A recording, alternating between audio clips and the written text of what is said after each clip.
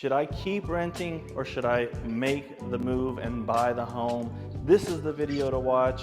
I'm getting this question a lot recently because rents are still going up. Surprisingly, the market is pretty soft right now, but the rents still remain strong and they're still going up.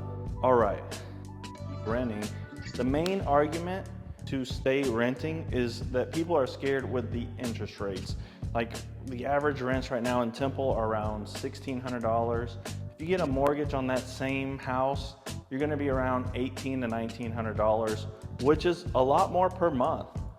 But here's the thing with the interest rates. They're high right now. Your rent is going to be at that price in 2 to 3 years. Whereas if the interest rates drop, you can always refinance the property and then get a lower payment. And the principal pay down is going to factor into that as well. And then once the private mortgage insurance drops, once you get that 20% equity mark, it's even more. That's like another $100, $200 off of your mortgage every month.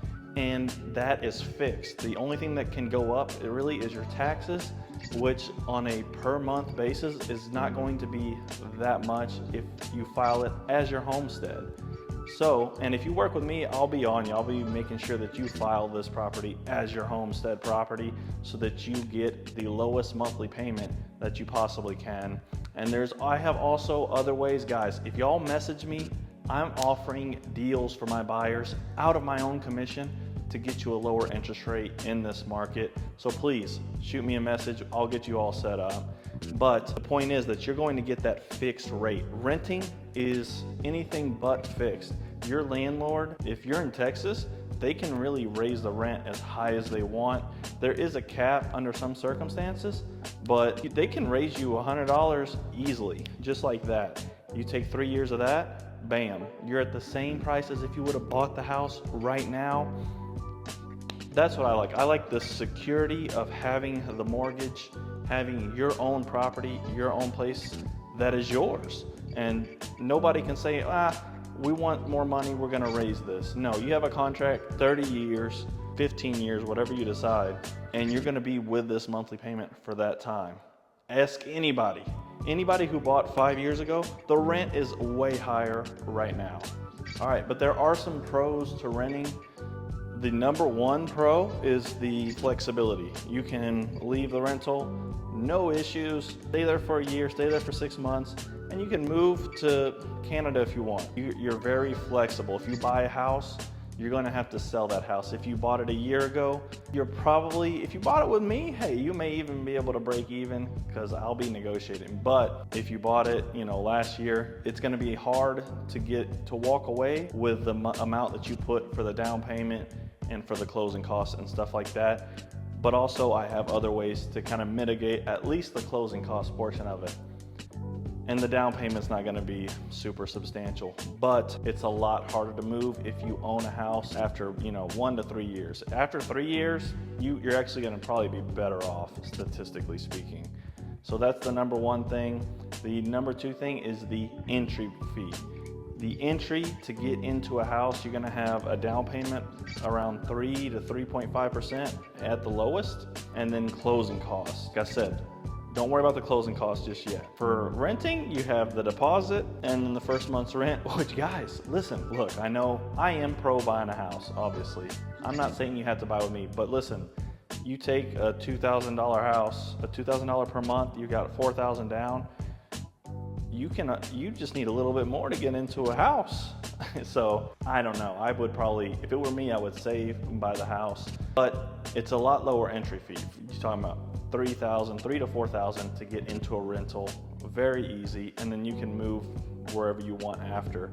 Great for young people, especially if you have no idea where you want to be kind of in the next 5 years. I would say renting is best. I think it's best to buy a house if you are secure, maybe you have a family, maybe you have a job that is stable that you want to be at for the next 5 years. I would say buy the house. The other advantage of the renting, which is, there's no really arguing this, is the maintenance. If something goes wrong with this property, it's not even your responsibility. It's the responsibility of the landlord. They have to get the property fixed, especially if it's something big like a roof leak, something plumbing, electrical, whatever the case is. they're gonna have to pay the money to get it fixed. The other side of that is that, look, if you kind of add in all the repairs that the landlord would have to make, and then you make them yourself, and then you have the principal pay down, the appreciation, you're gonna come out way ahead in the long run. Like I said, buying is more of a long run plan. And kind of a side note, this is gonna be a long video, but a side note is that, look, what I love about the buying property strategy, there's a few ways you can do it. If you want to do the investing side, what you can do is put 3.5% to 5% down, buy a cheap house, live in it for a year, save another 3.5%, buy another house, and keep doing that. And then the cash flow from these houses will start adding to your income. You're gonna be able to save up faster and move in that manner. The other thing is that you can put 3 to 5% down, buy a decent house that you're gonna live in for 3 to 5 years, and then take the appreciation, take the principal pay down, take all the other benefits that you're getting, sell the property. You have a bigger down payment now, move up. And with that down payment, with the move up, you can probably still be at the same monthly price, which I think is huge. You can get a better house, same monthly price, because you have more down. Whew. Look, the cons of renting is that it's like the opposite. Like, look, you're paying this guy's mortgage down. You are not getting any appreciation from this property. You're not getting any principal pay down. The owner benefits from all of that. The other con is that typically rents are going to increase every year, and your payment, you're paying more. The homeowner probably paying less, and it all falls on you. You're pretty much taking the responsibility of this house payment at least, and then paying it, and then the owner reaps the rewards from it.